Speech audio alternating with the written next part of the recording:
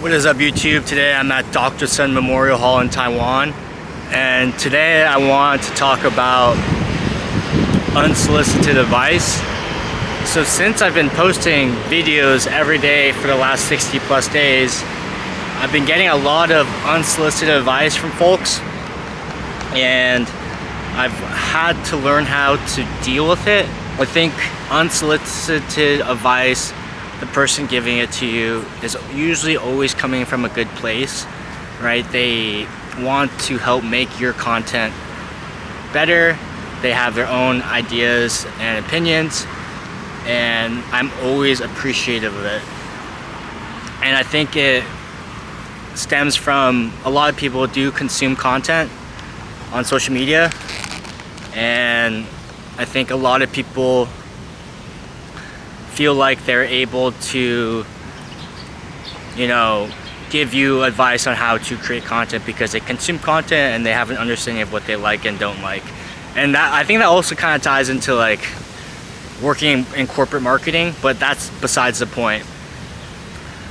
And what I've learned when it comes to receiving unsolicited advice, just from my end, I think it can make somebody feel a bit invalidated on their work. It makes it feel like the person giving you the advice knows your content and how to do it better than you, even though that might not be their intention. And when I get unsolicited advice, for me, I think it's important to still listen to that person giving it to you and understand their opinion and take, but also understand where they're coming from.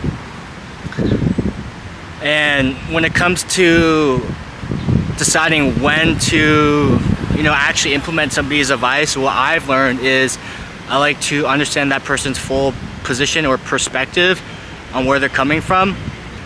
For example, like, hey, this person is somebody I aspire to be like. They're doing exactly what I want to be doing, and they're giving me advice where I go out and seek advice.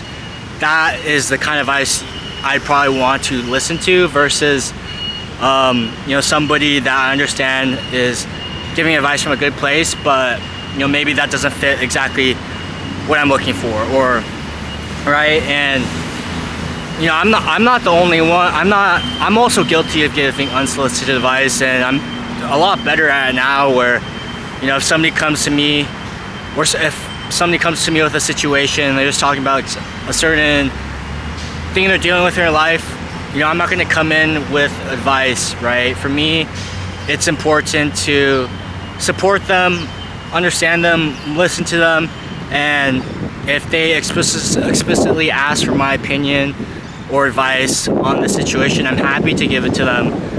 Or if I have a strong take on it, I can ask them like, hey, do you mind if I give you advice, right? And they could either say yes or no. But that's usually how I handle now, because I fall into the trap of giving unsolicited advice.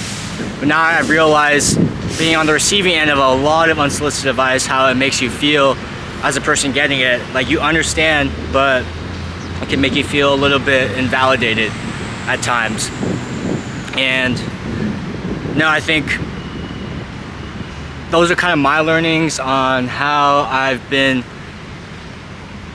listening to advice, but then picking and choosing what advice makes sense for you. And sometimes, maybe advice isn't even gonna be able to help you get to where you want to be, because I think sometimes the only way you can learn in life is through trials and tribulations and failures, because there's so many different nuances to why something works for this other person or doesn't work for this other person. And you kind of have to go through that failure to fully understand and learn something. And sometimes I am like, okay, let me just try this out for myself to see if it works or not in my situation, and then I'll learn from that and continue to recalibrate and refine from there. So that's my stream of thought video for today. It's how I've been looking at unsolicited advice and having a clear understanding of when you should take it, when you should not.